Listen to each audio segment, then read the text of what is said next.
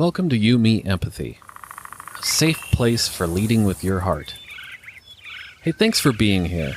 You, Me, Empathy is the official podcast of the Feely Human Collective, a collaborative mental health community designed to empower each of us to grow our capacity for empathy, vulnerability, and emotional wayfinding.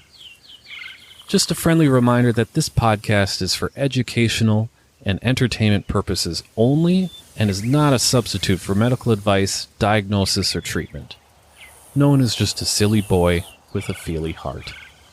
You can support the show by leaving a review in Apple Podcasts, following us on social media at Yumi Empathy and Feely Human, and joining the Feely Human Collective community at feelyhuman.co.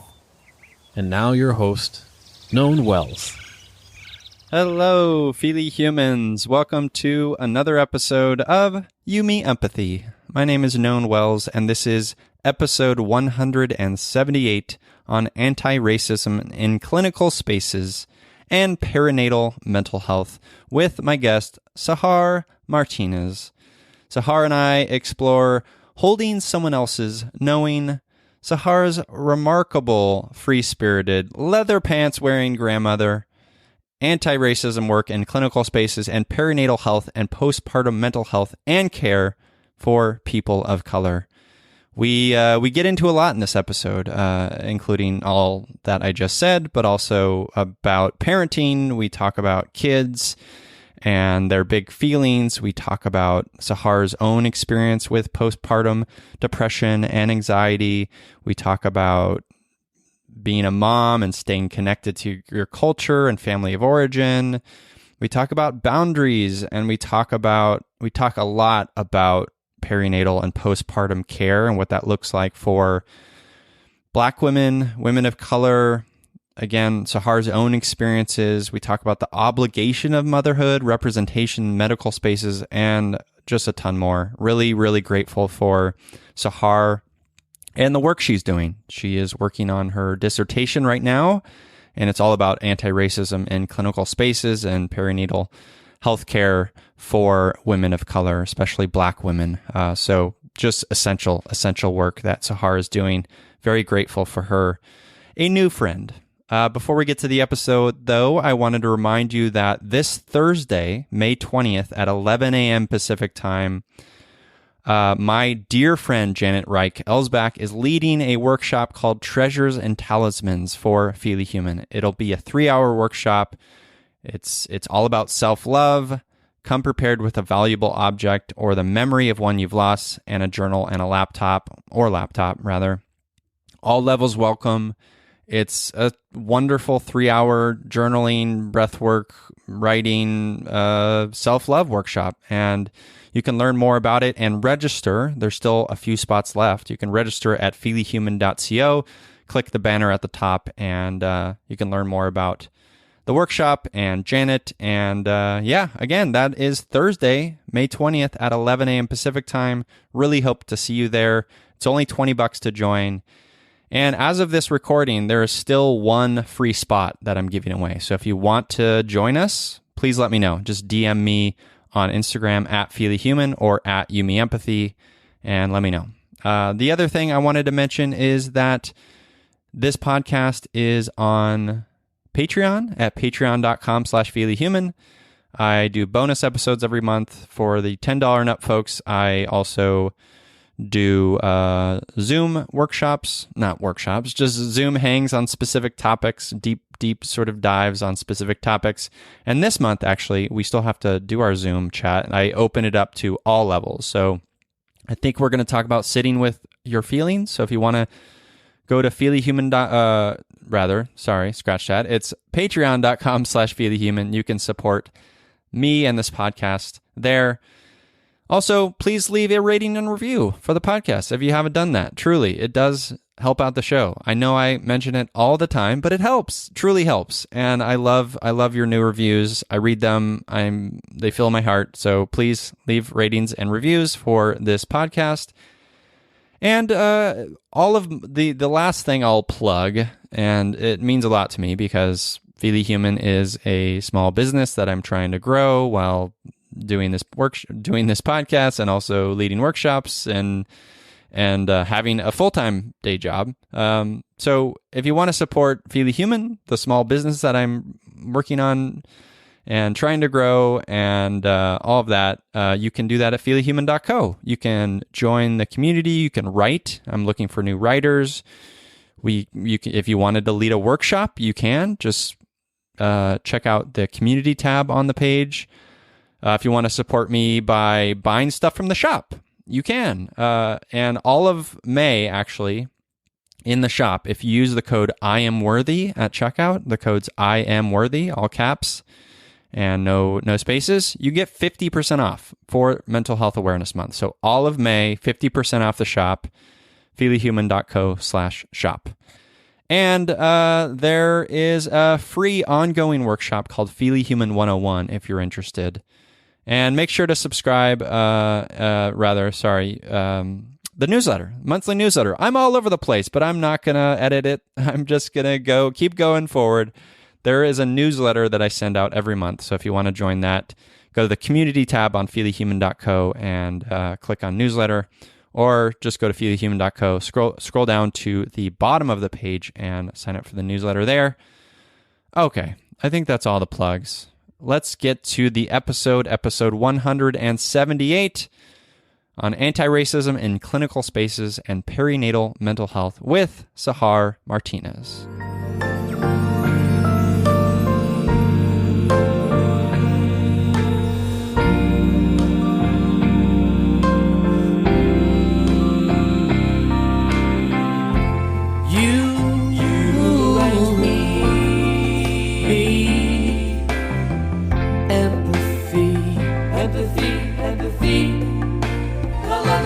La la la, you, me, empathy, yeah, la la la. Welcome to You, Me, Empathy, the official podcast of the Feely Human Collective. On this show, we explore the struggles, the triumphs, the brights and the darks we face as humans trying to get by on this wondrous and overwhelming pale blue dot. The intent of You, Me, Empathy is to talk openly, without judgment, about our mental health, our neuroses, our shared anxieties and worries, to create a dialogue that is vulnerable and deeply human and empathetic, and to share that dialogue with others to inspire emotional and cognitive collaboration and insight so we can, hand in hand, break down the stigma that make us feel shame and guilt for struggling, for feeling our feelings, for being feely humans. You, Me, Empathy is a safe, friendly space designed to inspire the beauty in each of us. Today, I am heartfully attached to the idea of me being here, but not attached to the outcome, for enlightenment reasons. Because I'm here with therapist, professor of diversity, and host of the podcast, What's That Like for You? It's Sahar Martinez. Hello, Sahar. Hi. Hi. So happy to have you. So happy to be here. Yes. My fellow Orange Countyan. I know. It's nice to talk to someone who feels in close proximity. Yeah. I know. I was happy and surprised to see that, when we first started chatting about doing this. I was like, oh, she's an OC and can't see her because we're in a pandemic, but someday. Someday we're going to go on that hike we talked about. Yes, indeed. So, Sahar, we always kick off the show with an emotional check-in. How are you feeling? Oh, I feel very light and I feel light and grounded. Okay. Yeah. Why do you think that is? Oh, that's a great question. So mornings are typically tough for me because it's super chaotic. I have 2 young kids. And so just getting out the door and getting them situated. And the mornings when I wake up and I'm just like, we're going to have a good day today and we're just going to go with the flow, feels really good. And that was one of those mornings today. I took a extra long snuggle with my youngest and part of it's I think we ended our night with a dance party last night. And so when we wrap up the night well, I think it serves us better in the morning too. Excellent. Yeah. Love a dance party. Just especially if they're impromptu, get out the heebie-jeebies, get out the anxiety. Yeah, I love it. Yeah. What was Sometimes the just- dance song? What was the dance song? Oh my God, that's a great question. So lately, my kids have been really into Jimmy Eat World. And so Sure. we've been listening to a lot of Yeah. Bleed American on repeat. There was one song that we listened to. Oh, they love the Trolls soundtrack. So we listened to Can't Stop the Feeling last night. And then I think we ended it with Pharrell Williams' Happy. Nice. Yeah. Yeah. How old are your kiddos? They're 3 and 5, almost 4 and 6. Amazing. Yeah. How's being a mom? Being a mom is rad. Yeah. Yeah, it's rad, and it like brings up all of your stuff. Mm. And I think that's like the unexpected part of parenthood. That's interesting, and I have a lot of feelings about that. I am not a father. I don't have kids. My partner and I don't have kids, but when you said that, it makes me feel like, yes, that is the right response. However, I think not all think of it in that way. And by that, I mean, I think it's a beautiful thing when we as humans, with children, with people in our lives, say like, they can be mirrors for us. They could be opportunities for growth and learning and gaining new perspectives, right? But I think sometimes it's not easy to get there. Sometimes it takes work to get to that point, right? Yeah. Parenthood is like one of those things where it's, I've always wanted to be a parent. Like I knew that very, very young. And when people talk about it, they're like, yeah, like, you're never going to know love like with your kids. And like, sure, you'll never know it because you only love your kids the way that you love your kids, right? It doesn't make you more complete or more full or more whole. And like, it's really hard. And the hard parts of it are not necessarily like sleep deprivation and that kind of stuff. It brings up all of your stuff. Right. Like all of your stuff that you thought you had worked through or didn't identify as stuff or didn't even know it was things that you were holding on to. It surfaces out all of that. Yeah. Now I have to ask what have been some of that stuff for you that have been coming up, as a mom? So I have 2 sons and I come from a very long line of women. My mom has sisters. My grandmother had sisters. I have a sister. I have 8 first cousins that are female. And then I had kids and I have 2 sons and my sister has 2 sons. And immediately when I found out I was having boys, there was this feeling of relief, sadness and relief. Like, well, I won't be a mom to girls. That's fine. But also relief that like they would not have similar experiences that I had. And that was really unexpected because when I had envisioned myself as a parent, it was always as a mother to daughters. Interesting. Yeah. And what was that experience like for you? Did you feel a little bit lost in the huge ocean of women? It wasn't feeling lost in the huge ocean of women. There was actually like it's nice to feel in community in that way. And I'm really close with my cousins and my sister's my best friend. And so in that sense, it's great. And there is a lot of pressure that comes with that. And so I guess I have to backtrack a little bit. My grandmother was like not a traditional grandmother at all. We called her by her first name. She wore leather pants until she was in her 90s. And she was super, super progressive. And so we had that as like the matriarch of our family. And so the pressure came in like living up to her free spiritness in a lot of ways, which I don't know that any of us have fulfilled in the way that she did in her lifetime. Yeah. This is the grandmother you recently lost? Yeah, she passed away recently. Again, so sorry. Thank you. That's tough. And especially when they are these people we look up to, right? And aspire to be, right? Yeah. Was like growing up, was there was it like like explicitly called out thing? Like, we look up to grandma, or was it just like she's living by example and like wearing cool pants? No, we didn't call her grandma. We got in a lot of trouble if we called her grandma. So That's like right. What was her name? Her name was Huran. And Huran. we called her Huranjun when we were kids, and then that turned into HJ, and then we've all called her HJ for Love years. it. And so there was this like deep knowing always that HJ like did her own thing and was unapologetic about who she was, and was also very, very open about telling us when we were doing things that she was not super on board with. Like I met my husband when I was 22, and we dated for 9 years before we got married. And the first time she met him was like a few years into our relationship. And the first thing she said to him was like, I like you. You're very good looking. You're very handsome, but I'm also very upset that my young granddaughter is committed to one person. Like, this is a time in her life and she should be sleeping with as many people as possible.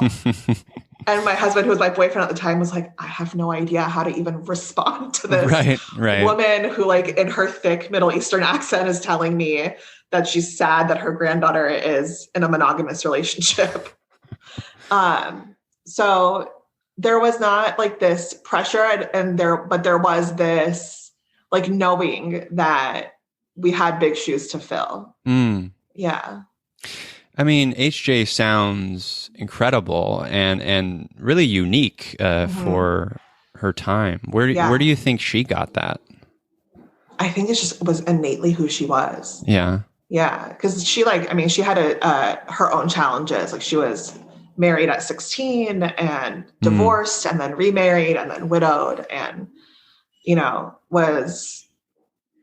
had her own stuff, and her personality was not typical of her time. And she also like did what she wanted. She didn't care that it was not typical of her time. That's refreshing and inspiring.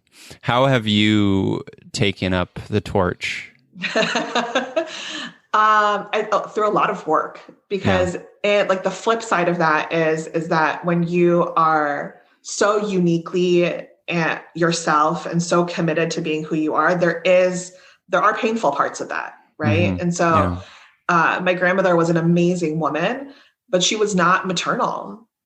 The running joke in our family is that her maternal instinct kicked in like when I had kids 5 years ago, And so we didn't get those parts of her.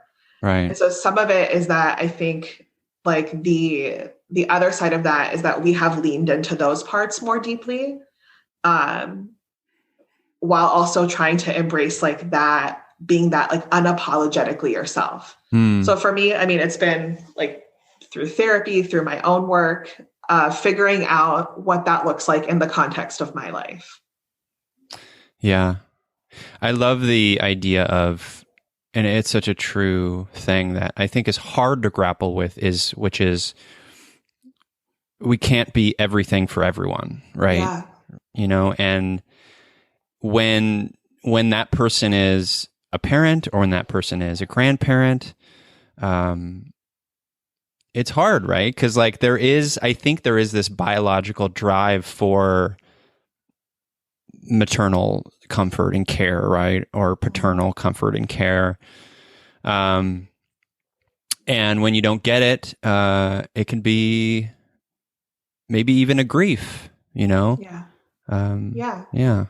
And I do think that is, if we were to, I can speak for myself, but I feel comfortable like reflecting on the experience of like my cousins and my sister and my mom and her sisters, that there is a grief around like not having that experience of a typical like mother or grandmother. And with that grief comes like the celebration of having what we did have, but that does exist. Yeah. Yeah. It's so interesting. We can hold both of those truths, right? You can say like, she was a fucking force, she wore cool pants, she was an inspiration. Sorry, I keep going back to the pants. I'm so curious about these pants. I'll have to send you a picture. Yes, we have please. a picture from my cousin's wedding, which was like 2 or 3 years ago.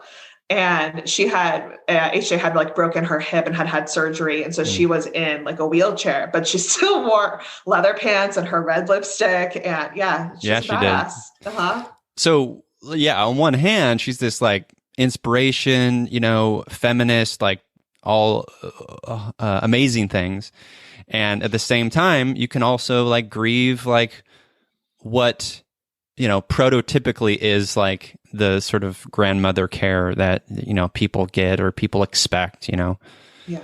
And maybe that's, I don't know. Do you feel like, I'm not putting this on you, but like the feeling that comes up in me is like, as a 40-year-old person who's navigating relationships still, I'm in a monogamous marriage, but just thinking in terms of relationships with family and stuff, like maybe it's unfair of us sometimes to put that on people, because there are cultural forces at play, there are societal forces at play, and there's a lot of nuance in there, as you know. Yeah. I look at what I've learned from her as a real gift, because when I reflect back on it, what she taught me, like the foundation of what I've learned from her, is holding that both and. Is that things can coexist. And sometimes those things feel conflictual, but they coexist. They live in the same space. And that's like everything stems from that. And everything that I look at in my life stems from that. Yeah. What's another example of you holding those two truths in your life? I think navigating like who I am presently in the context of like my home life with my family, and also remaining connected to like my culture and my family of origin, and the things that I have felt are responsibilities there, but maybe are just more things that I'm taking on that aren't mine. Like what's an example?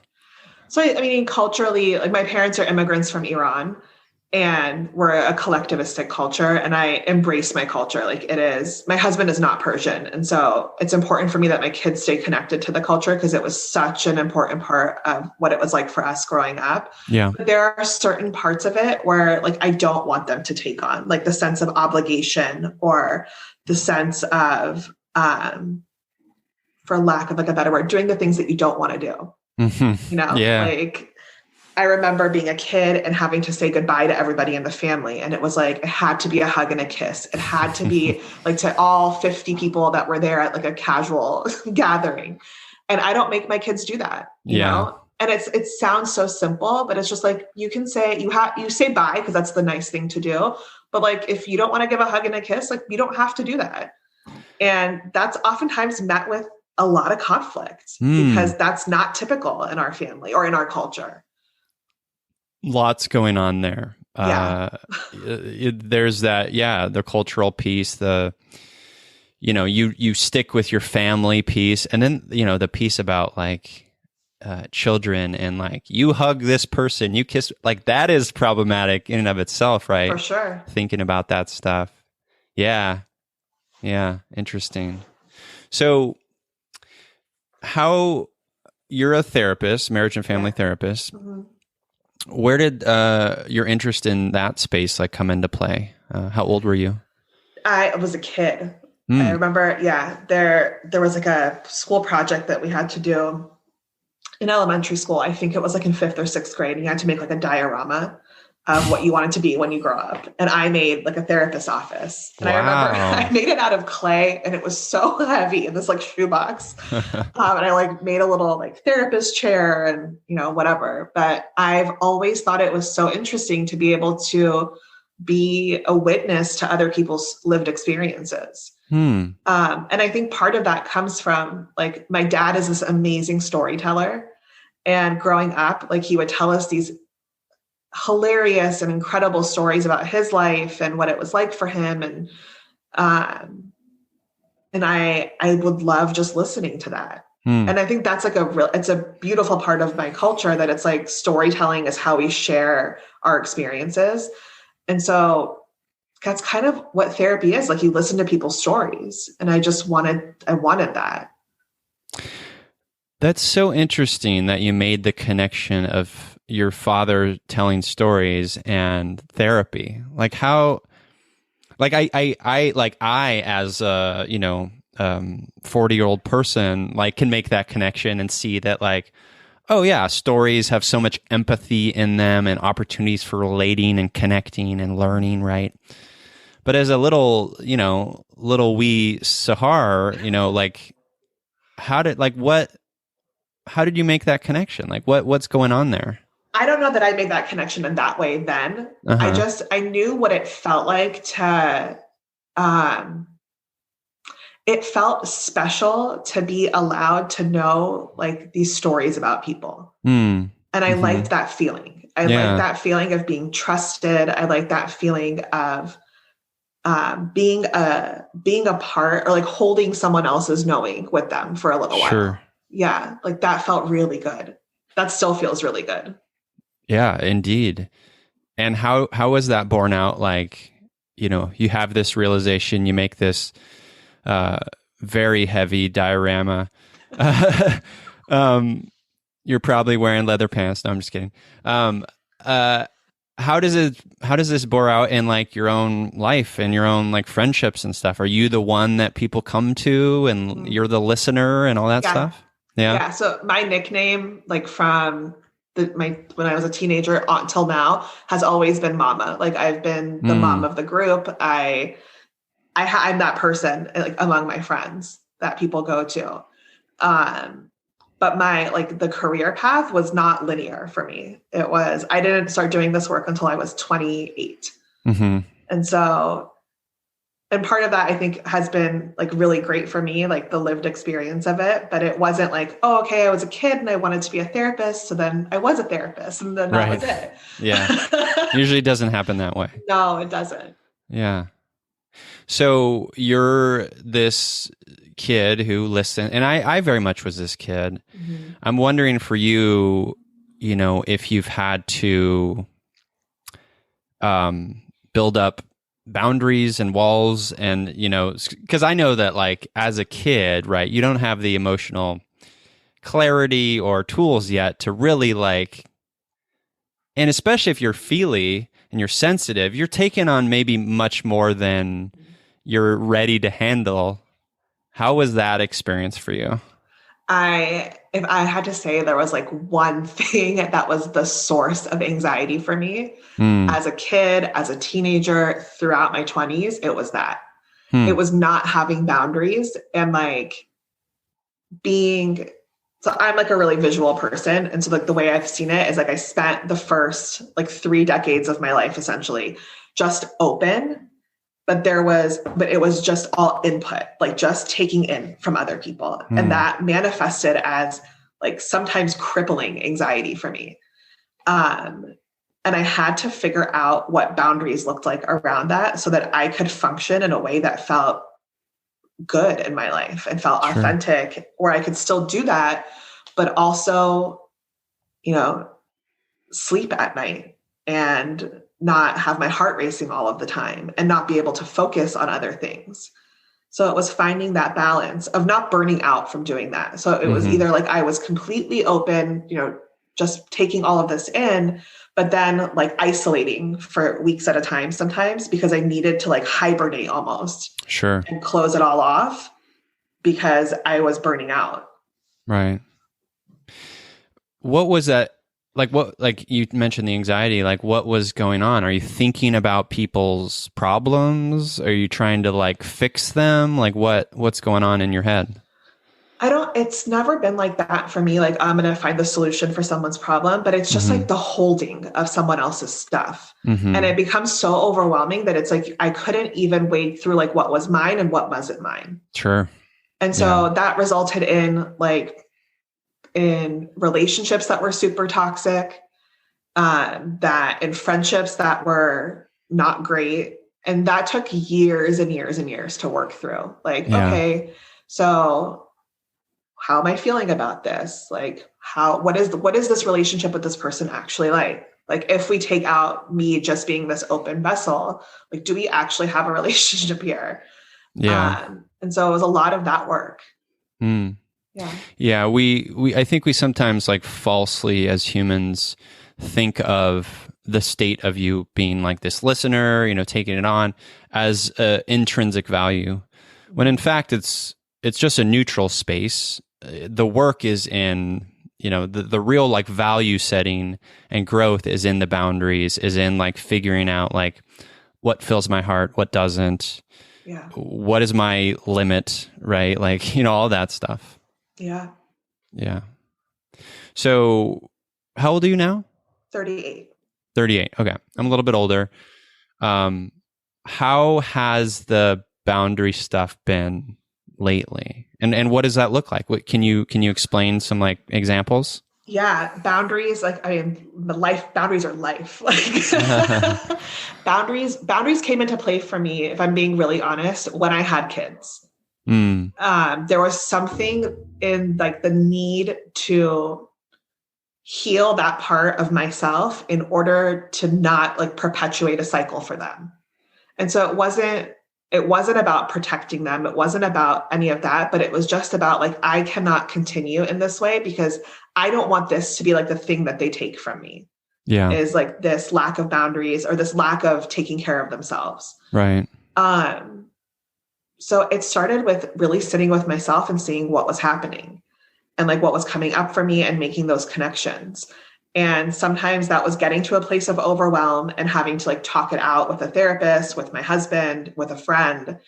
And sometimes that was that looking at relationships and just seeing like, why is it when certain people are around, like my body all of a sudden tenses up, And so it was in like the noticing of the subtleties of how I was reacting in certain spaces around certain people when certain things came up, and then like processing through that at a later time. Right. And so there was like, I would say there was a definite time of shedding in my life where I was like, this is a boundary for me. Like, I don't want this person in my life anymore. And being okay with just saying that and not offering an explanation to anybody about it. Even to the person. Even to the person. Yeah. Yeah. I'm experiencing that presently, or currently, I should say, not with you specifically. Currently, I should say. And it's, that piece, the boundary that is like, maybe it's an emotional and mental boundary, and it's not me saying, hey person, I'm setting a boundary, right? Yeah. It's like that, not doing that, and then not having the knowledge of it takes a great deal of strength. Yes. Yeah. Yeah. It's hard. Not easy. It's not easy. Hard. It's super hard. Especially if there are people in your life who, I'll just say it. Mine's my mother. I don't have a relationship with my father.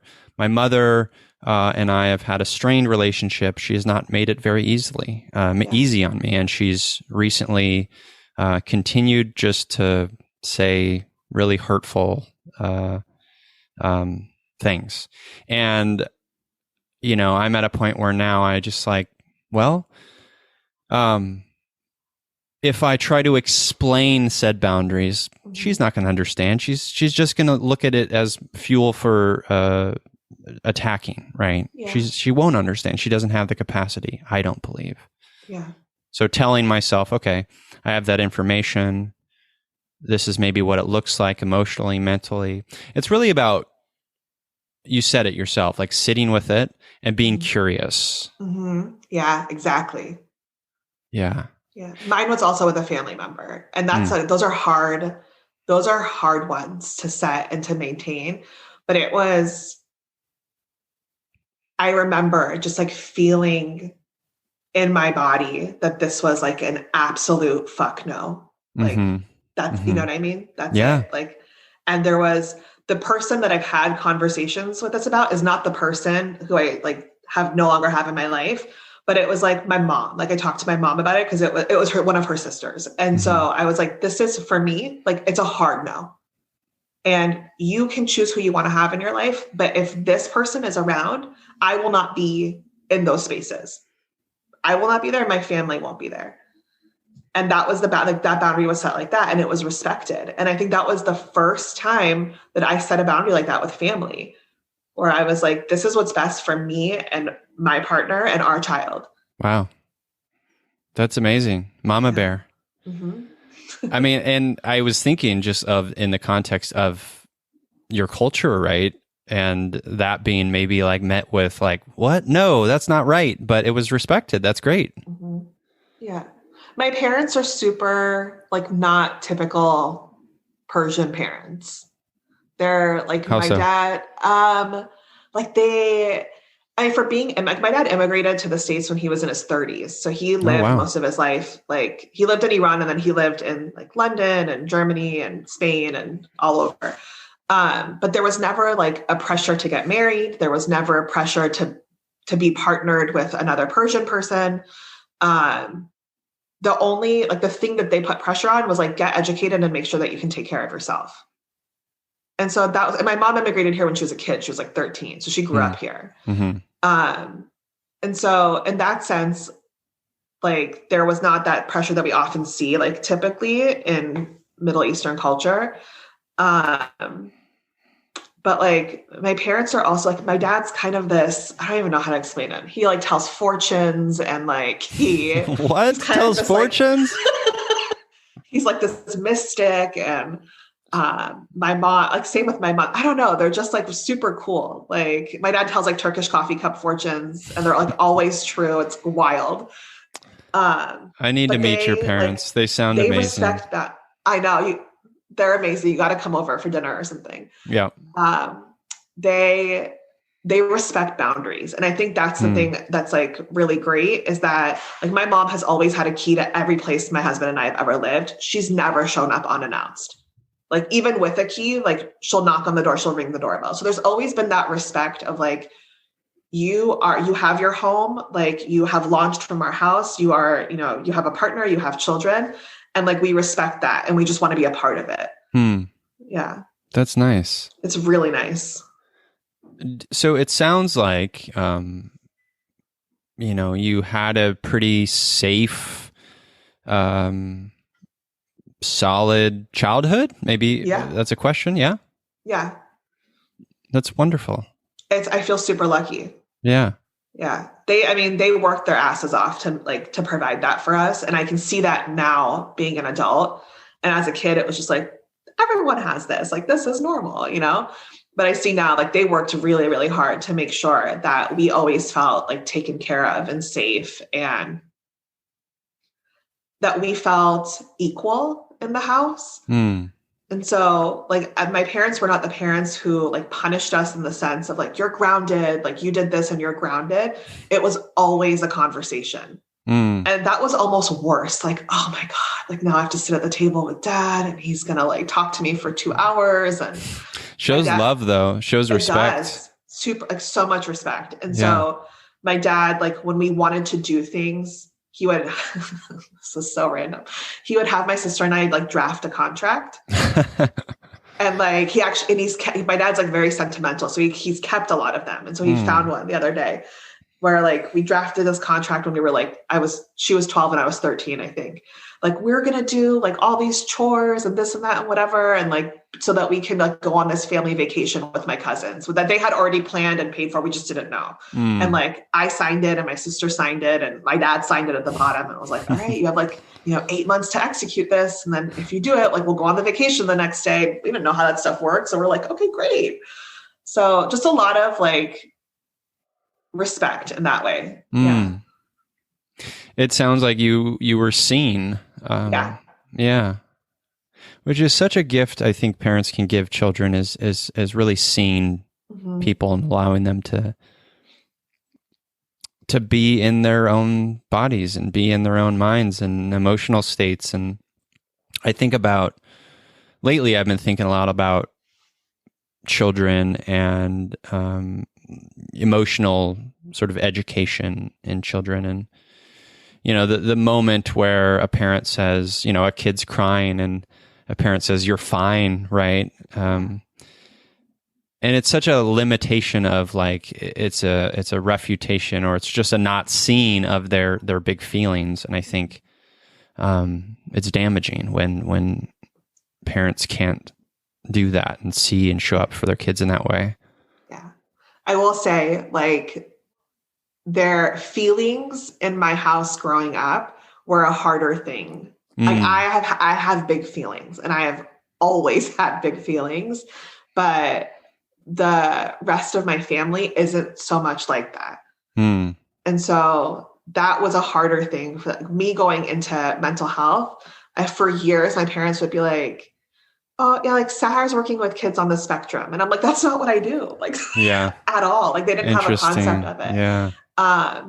And they do now. And that like, things have changed a lot. Like my parents now will ask like, you know, you look tired. Like, are you doing okay? And they'll check in.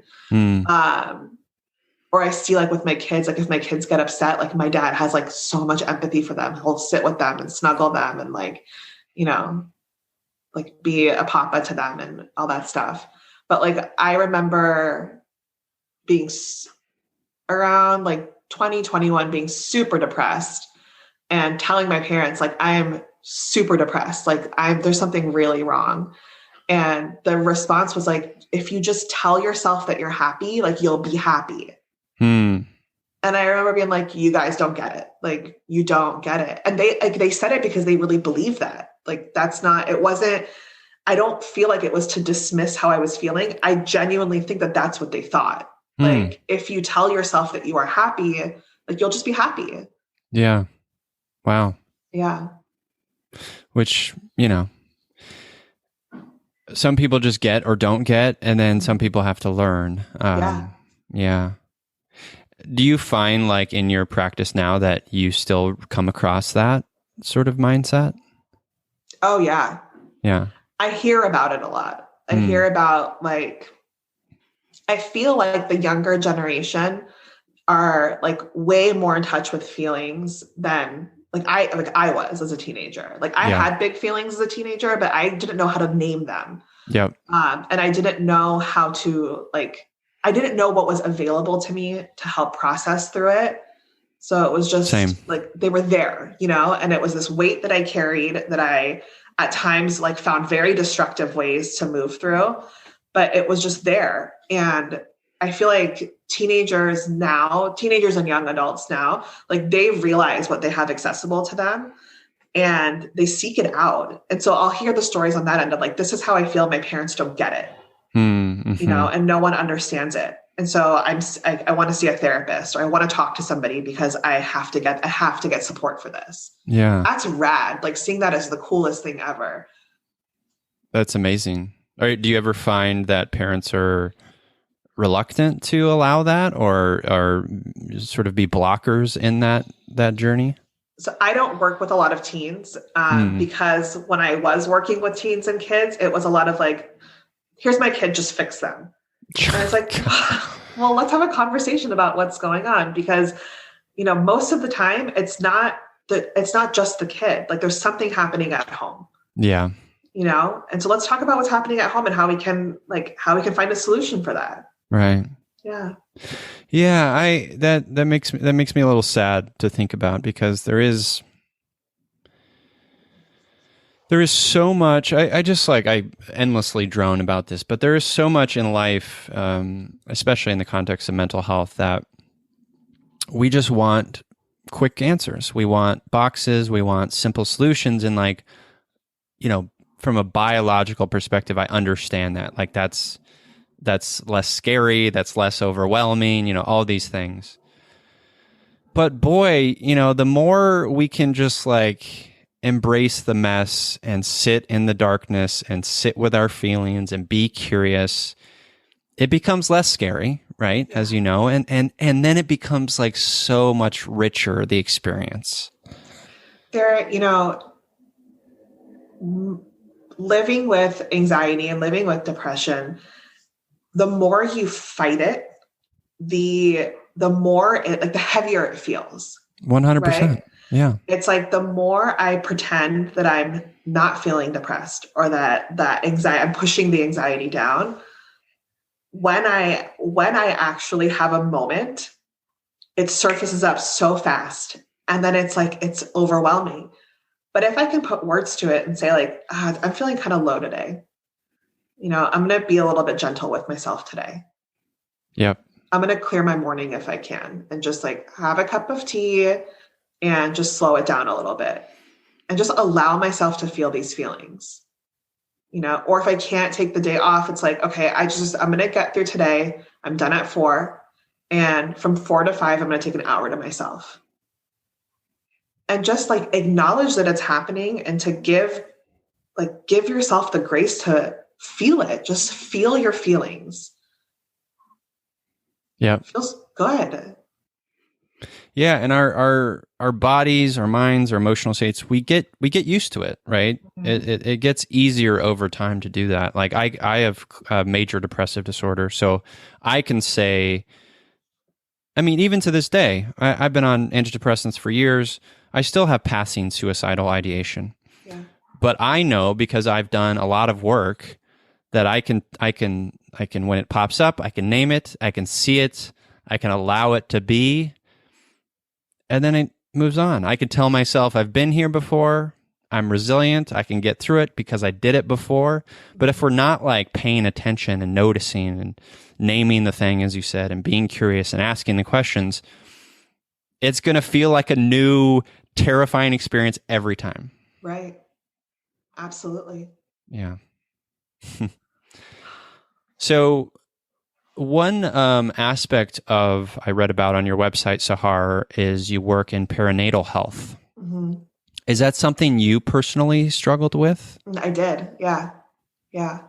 I had postpartum depression after the birth of my second child. And as I reflect back on my experience after my oldest son was born, I definitely had postpartum anxiety after that one too. I had a traumatic birth with him. And so I think a lot of my feelings around birth and the like newborn period, the 4th trimester, stemmed from that. And just not dealing with it and not even acknowledging that it happened. Birth is a weird thing. It's like if you decide to have a kid, and you carry your child during pregnancy, like you are so attended to, right? Mm-hmm, like you see a doctor or a midwife, people are always like, oh my God, like how far along are you? Like, can I touch your belly? Like, all this stuff. Yeah. What are you having? Whatever. And then you have the baby, and all of a sudden, all those people that were there, like checking in on you to see if you were okay or if you need anything, they're all gone. Yeah. And you're like alone with this new baby trying to figure out like what you do. And so if you tack on things like having a traumatic birth, having perinatal mood and anxiety disorders, like, what do you do? It's already overwhelming. And then it's this other thing, this like third being that's a part of the experience that brings along a lot of stuff, because now you are not like the mom that you have seen in movies or on TV or with your friends or on social media who absolutely loves being a mom. And honestly, like, I don't know anyone who like loves every part of being a parent, because it's fucking hard. Yeah. Again, it's another one of those examples of like, it's not just one thing; it's all of the things, right? Mm-hmm. Yeah. I saw that you had Jessica Zucker on your podcast, and I recently chatted with her on You Me Empathy as well, and she wrote "I Had a Miscarriage," a book that I read before that chat, and just powerful stuff. And I think about thinking about just like, it's interesting you say like traumatic birth, like maybe I'm wrong, again, white cisgendered man here, can't hold kids in my womb, right? On one hand, pregnancy, yes, is this beautiful, thing, and obviously, and then there's the other piece of like societal pressures of like what a mom should be and all that bullshit, right? But it seems to me that like birth in and of itself as like a biological physical function is trauma. 100%. Right? Like 100% across the board. And that seems to be lost, I think, in maybe some of this. You're 100% right. Like birth is trauma. I had the easiest birth with my second child. Like I laughed and he came out, and it was amazing. And it was on one hand very healing to have that experience and to have had my first experience. And on the other hand, like I still remember like 2 weeks out, not even like 10 days after he was born, like we were at a birthday party. And like, I was like, I literally just gave birth. Like I just gave birth. My body is still cycling through hormones. I'm still shedding. Like my body has gone through this like pretty intense trauma, but because I feel like this is what I should be doing, I'm like out and about. Wow. Yeah. Yeah. Like you would never tell someone who had major surgery or an injury to like 10 days later be like out and about. Yeah. But we expect that of birthing people. Yeah. It's fucked up. It's super fucked up. It's telling someone who's experienced trauma. And maybe it's like this again, it's sexism. It's, there's probably racism intersectional there. Yeah. And then it's this piece of, I guess just not seeing the whole picture of this being a trauma and this being something that, maybe it's like you chose this for yourself. Maybe there's that judgment as well happening. Like, I don't know. It's tricky. And I just feel so much for women who experience that level of mood disorder or depression or anxiety after giving birth, because tell me about your own experience, personal experience with depression after giving birth. I'm curious. Yeah, my youngest son was born, and we had, our kids are 22 months apart. Mm-hmm. And so Sam was born, and I like sent my husband home to be with our older son, James, right away. Because I had all this anxiety that like he was going to feel abandoned, and that we left in the middle of the night, and he woke up and my mom was there, and all this stuff. So Sam was born at 7 a.m. and at 9 a.m. I sent John home, and I was like, go be with James. Like, I'm going to try to get out of here as fast as I can so we can just go home.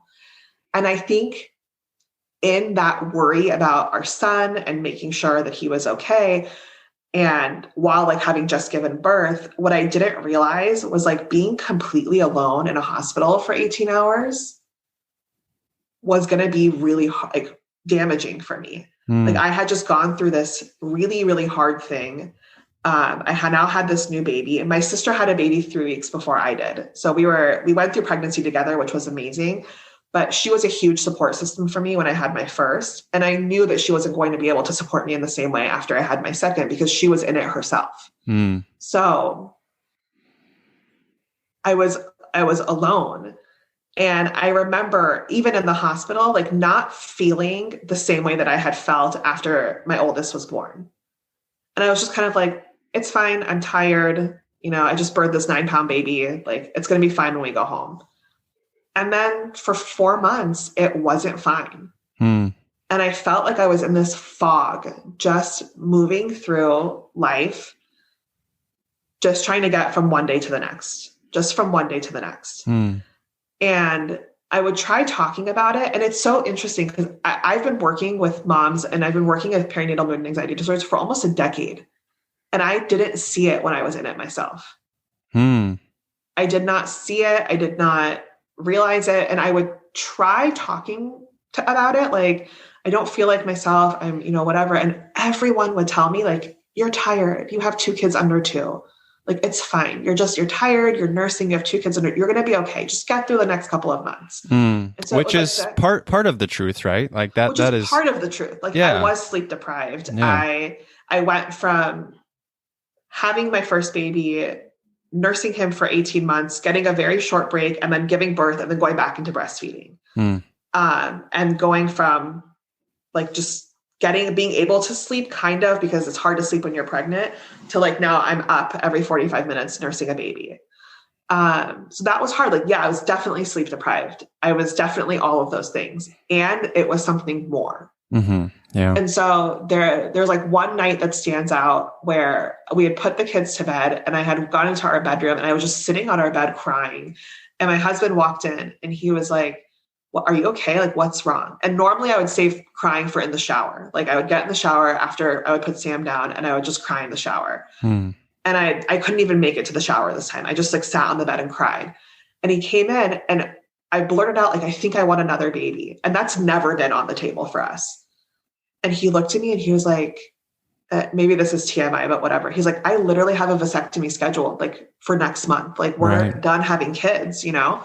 And he's like, do you have to have a conversation about this? And I was just searching for a reason for my sadness. That wasn't it. Like we didn't want a third kid. I still don't want a third kid, but it was like, oh, this is why I'm so sad. Like, because I know we're not going to have any more kids. No, like I was sad because there was something happening in me, you know, there was hormonally, biologically something happening in me. Yeah.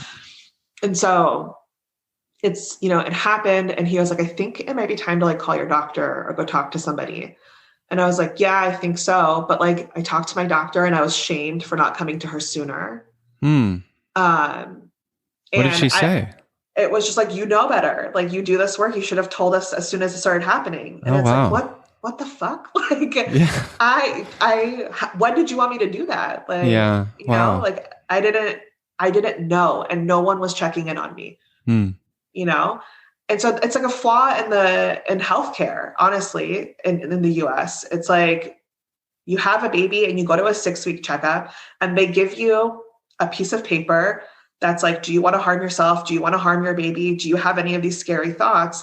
And anyone who is functioning at enough of a level to understand what that scale means knows how to answer it. Right. Just to say like, nope, I'm not feeling any of these things. Here you go. Thanks. And then you're sent on your way, you know, and then you go in 6 months later and you see her. And it was at my 6-month appointment that I told my doctor, like, I'm feeling better now, but this was really scary. And it was like, well, we were here to support you. You should have called us. And it's like, well, maybe someone could have called me just to see how I was doing. Yeah. You know? Wow. Yeah. That sounds like a very isolating and terrifying experience. It's scary and it's lonely. And it's a part of pregnancy and birth that we don't talk about enough. That like this happens a lot. It happens to 1 in 4 moms feel this way, you know? And it doesn't happen just with like birth around a live birth. Like you can feel this way if you have pregnancy loss, you can feel this way if you've had a miscarriage, and we don't talk about any of that. Right. And it's super messed up. I'm completing my dissertation right now, and it's on perinatal mood and anxiety disorders. Amazing. Specifically like the experience with women of color. And what I have heard, which was my experience too, over and over again, is if someone just looked at me and asked me like, how are you doing? That would have been enough. It would have been enough. Wow. But there is such a loss of like that human connection that happens when you have a baby, because when you go see a pediatrician, no one calls you by your name. They call you mom. Hi, mom. How are you? And it's like, no, but I'm a person. Like I'm still a person. I'm a person outside of being this person's parent. I love being a parent to my kids. Like it is one of the greatest joys of my life. And I'm still a person outside of being their mom, like in addition to being their mom. Yeah. Wow. Yeah. It's like the mom is the value, right? You've had children, therefore you're of value, right? Wow. And it's like, I'm their mom. Like I'm not anyone else's mom. I don't want to be anyone else's mom. So like I'm their mom, and they're allowed to see me as just their mom. I don't have to be anything else to them. I don't need to be their friend. I don't need to be their buddy. I can just be mom for them, but that's reserved for them. Yeah. Like I'm not that to like my kid's pediatrician or my OBGYN or my midwife or whatever. Yeah. I need there's such profundity in what you said about, I just needed someone to ask me how I was doing and mean it. Isn't that such a lesson for all of us in all contexts of life, right? Yes. Asking people, how are they feeling, and really meaning it and really wanting to know and really wanting to connect. Yeah. Yeah. How do we do more of that? You're obviously writing this dissertation. Beautiful. Can't wait to read it. Truly. I'll read it on the show. No, but it's wonderful work, and I'm so grateful people are doing. People like Jessica Zucker who are bringing light to things like this. But how do us lay people just create more space for this? I think like for moms specifically, I think it's like for me, if someone had just been like, "How are you doing?" I'd been like, "I'm fine." And Sure. it's like, no, but how are you really doing? Yeah. Like, are you getting enough sleep? Are you eating? Are you drinking enough water? Like, are your basic needs being met? I think if someone had like actually asked me, like, when was the last time you took a shower? Mm. Like those things that are now in my life, like, so I take a shower every night after my kids go to bed. Like I have water because I'm always drinking water. But like then was not a thing. Like those basic needs. Like I did not have the capacity to meet them. And I didn't realize that I wasn't meeting them. And so had someone just asked me, like, my husband's actually great at this, like even still, like he'll just refill my water and bring it. He brought it in at the beginning of this, was like, here's your water, I'm going to sneak it and bring it in. But just for someone to check in and say like, and like you said, how are you doing? And really mean it. Like ask the questions, be curious about it. But I think that extends beyond parenthood. I think it extends into, especially like with the way this last year has been. Yeah. Yeah. It's been hard for all of us. So it's like, how are you doing? Great. Like, are you really great? Because I'm not great. And I don't know anyone else who's doing great, but we're surviving, Yes. Yeah. Yes.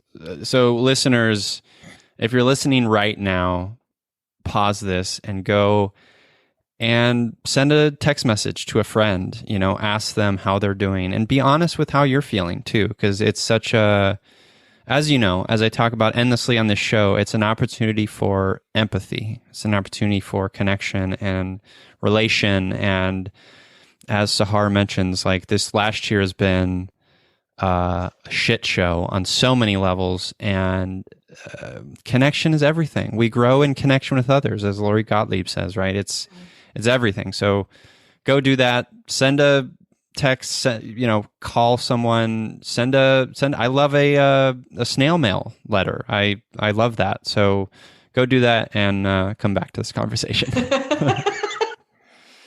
Because you don't want to miss the finale, this exciting finale that's going to be happening very soon. So you're writing this dissertation. That's amazing. My wife, Jessica, is getting her EDD right now. Oh, cool. Education doctorate in prison education. Oh. Which is super cool. Like, I'm very proud of her. So cool. Yeah. Tell me a little bit of, women of color in this space, and specifically, like, I want to hear your thoughts about anti-racism work in the clinical space. I have a lot of thoughts about this. Please give me all your thoughts, because this stuff needs to be talked about. You know? All right. Women of color in the space of like pregnancy and perinatal work. Yeah. Oh man. So we can't lump all women of color together, because the experience of Black women of color is so uniquely their own. Yep. And the discrimination and the racism and the injustices that Black people in general have faced in healthcare, it is, I don't even have words to put around it.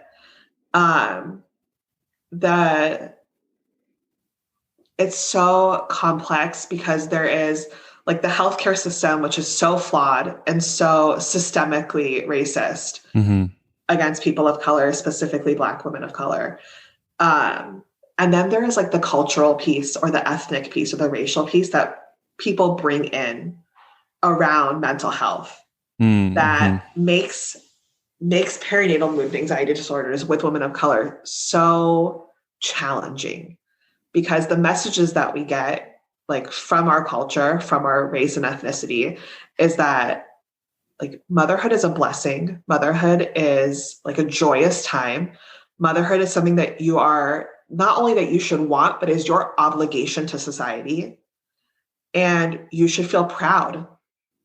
And there is no space for anything other than good feelings around that. Wow. Yeah. So there is often, like in the postpartum period, this really deep like physical caring for that happens in communities of color. But the part that's missing is like the emotional part of it. Mm-hmm. So like when I had my first child, we were fed by like my mom, my aunts, the people in my family for months. It was like, here is this, like, here's polo khoresh, here's kebab, here's like all this Persian food, my mom would be like, I made dinner for me and your dad. I made extra for you guys. I'm like, okay, great. And so we were cared for in that way, but I don't know that anyone, like, especially the older members of my family, ever asked if I was okay. They would ask if my husband was okay. Like, how's John doing? Is he doing okay? I'm like, yeah, John's fine. Like, John didn't just go through 42 hours of labor and for the child. He's fine. Wow.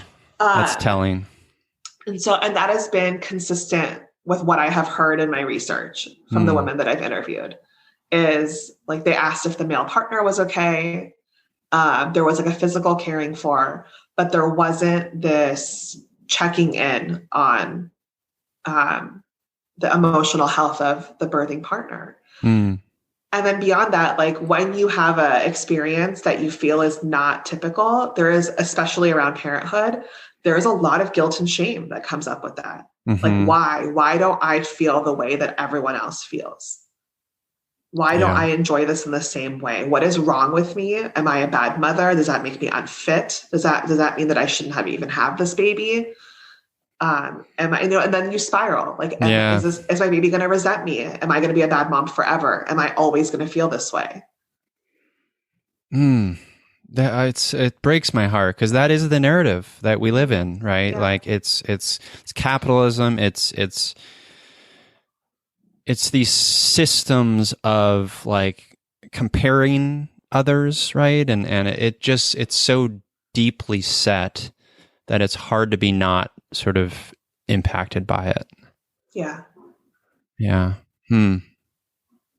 So with your dissertation, like, what do you hope? I mean, obviously educating people, like that is sort of top of mind, but like what, if you had all of the, like if you, Sahar fucking Martinez, if you had your druthers and you were leading sort of the charge on perinatal health for women of color, and you had, you could make the decisions in our medical care system in the United States, like what changes would you make? Oh my God. So many. I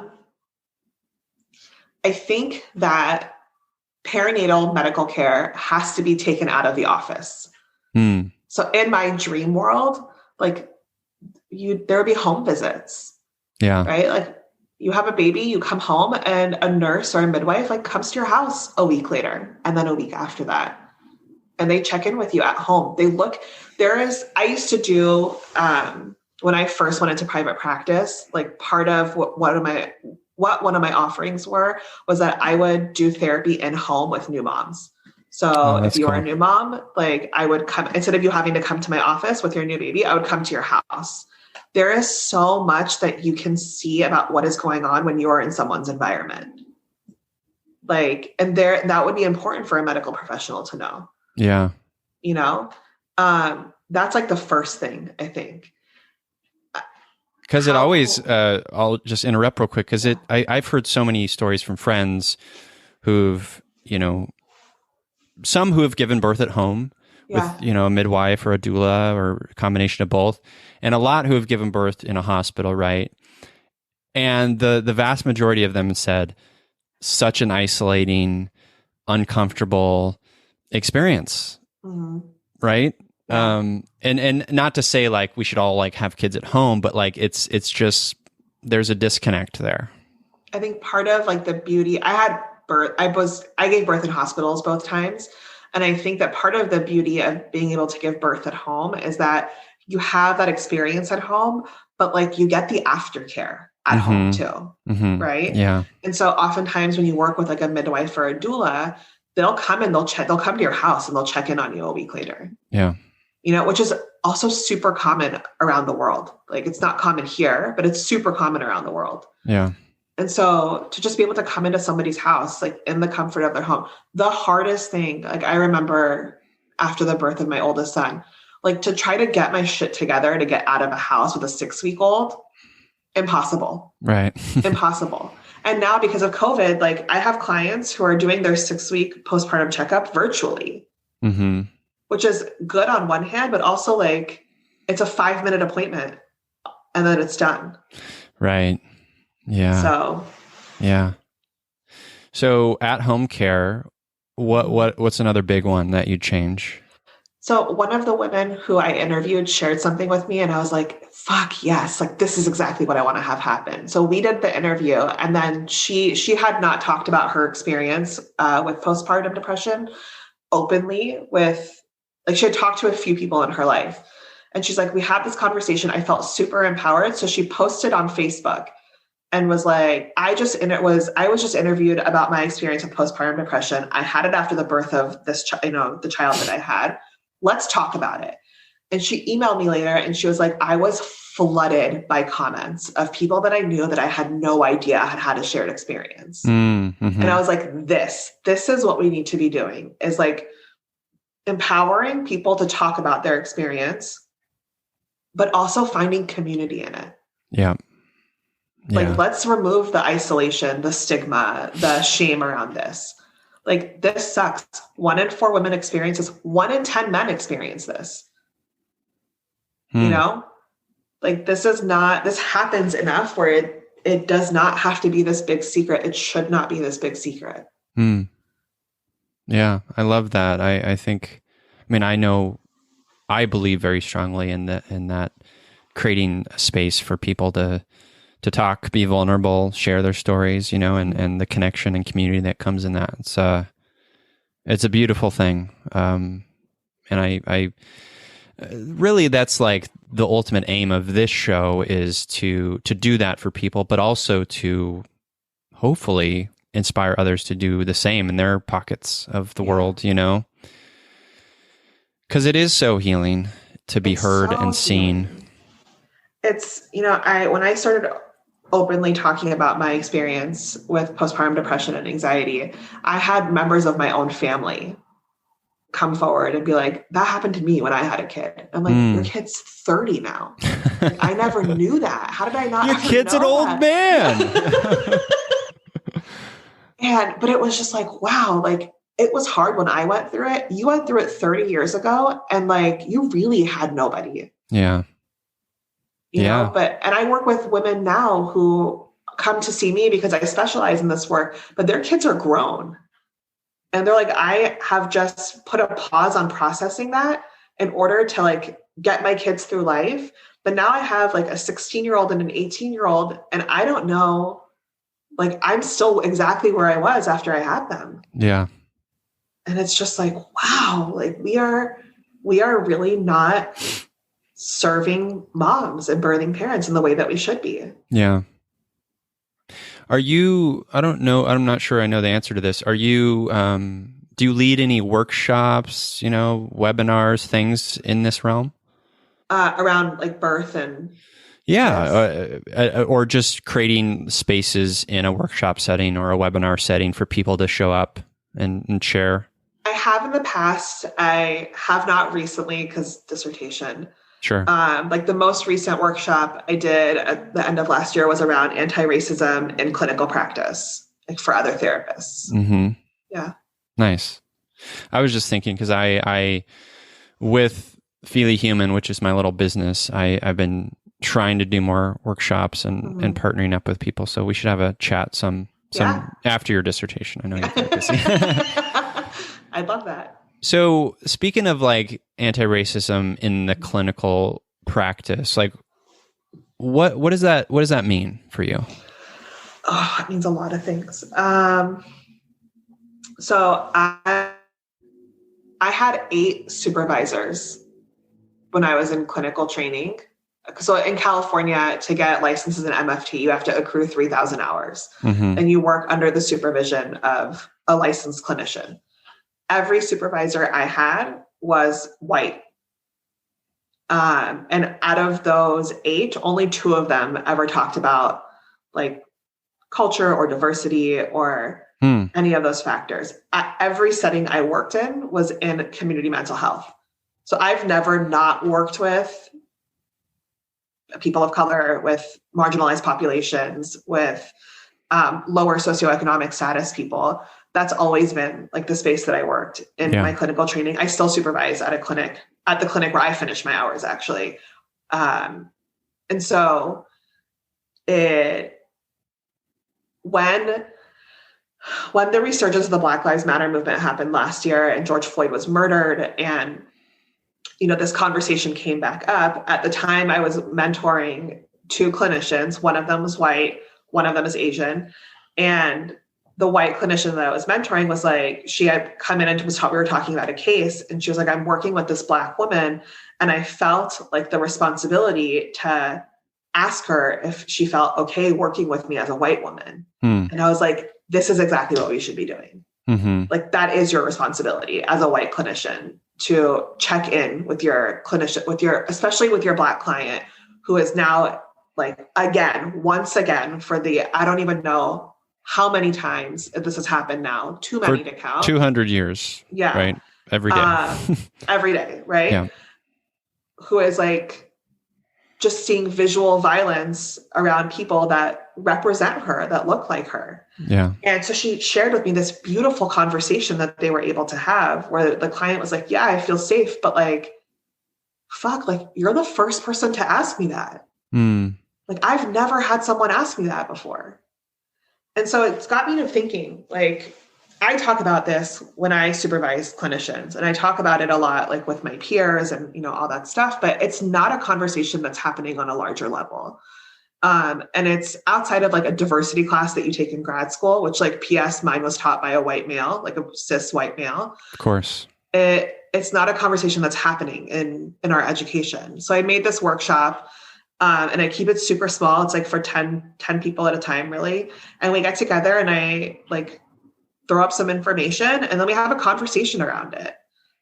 And it's been rad to have those conversations, to just say, like, this is how I have felt. Like, there have been times when I have sat in supervision with a clinical supervisor, and I have known that I cannot, like, it's not safe for me to bring up certain things around race or around cultural considerations, because it's just not safe. And I've been fortunate that I've had times like where I have been able to bring those up and I've been able to process them in supervision, but that's a rare experience. Mm-hmm. There is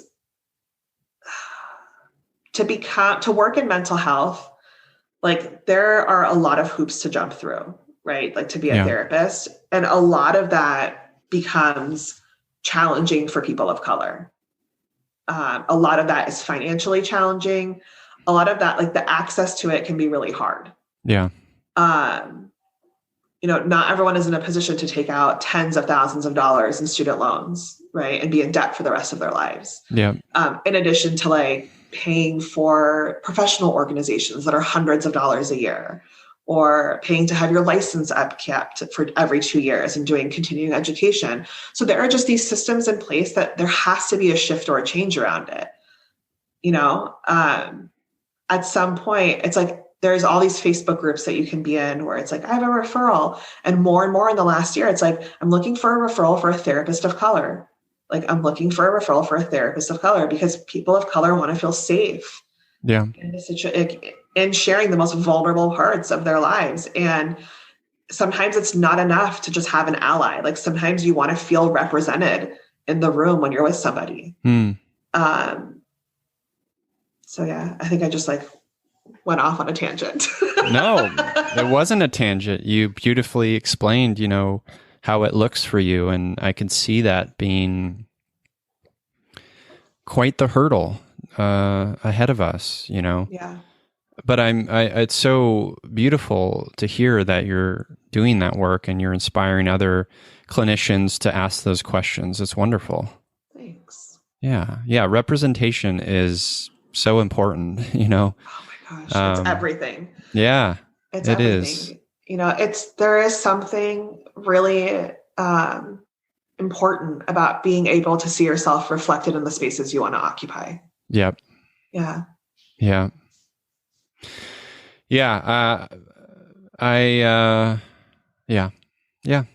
100%. So tell me a little bit about your podcast.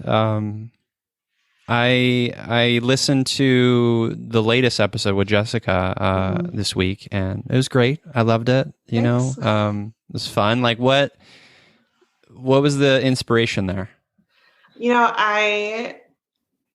Being creative is something that feels really authentic to who I am. And I worked as a graphic designer for a decade before I became a therapist. And so I was looking for a creative outlet, and I wanted to find some way to kind of connect my professional life with whatever creative thing that I wanted to do. And I landed on a podcast. But like similar to you, like I don't like having a lot of structure around it. So it just becomes a conversation around like what things are like for people. Yeah. I love the title. What's that like for you? It's a great question, and it's just like therapist-y enough. It's it's very, it is very therapist-y, but it's also, it holds a lot of empathy, and curiosity that I appreciate. Thank you. Yeah. So let's talk about empathy heroes. So we always kind of wrap up the show, Sahar, mentioning people in our lives who are deeply empathetic, compassionate people. Could even be characters from stories. Maybe one of your father's stories. So I'm going to go first, give you a moment to think about your empathy heroes. I have two empathy heroes this week, Suchin Pak and Kula Vlasak, who are Asian American women. They have the podcast Add to Cart, and on their episode last week, as of this recording, I'll make sure to include the actual episode link in the show notes for this episode, but they talked about the recent murders in Georgia of Asian American humans, and just their emotional reaction to it. And they got very deep and vulnerable, and Suchin shared a story, an experience she had when she used to work at MTV as a journalist there, and just very proud of them for sharing and for being vulnerable. And I also highly recommend Add to Cart. It's silly. It's retail therapy. It's also just two very smart, wonderful feely humans just talking about their own feely world. So Suchin Pak and Kula Vlasak are my empathy heroes this week. So they can be like someone just in my life? Yeah, it could be anyone. It could be like an imaginary friend even. There's no rules. There's no rules. Right. So I have two. All right.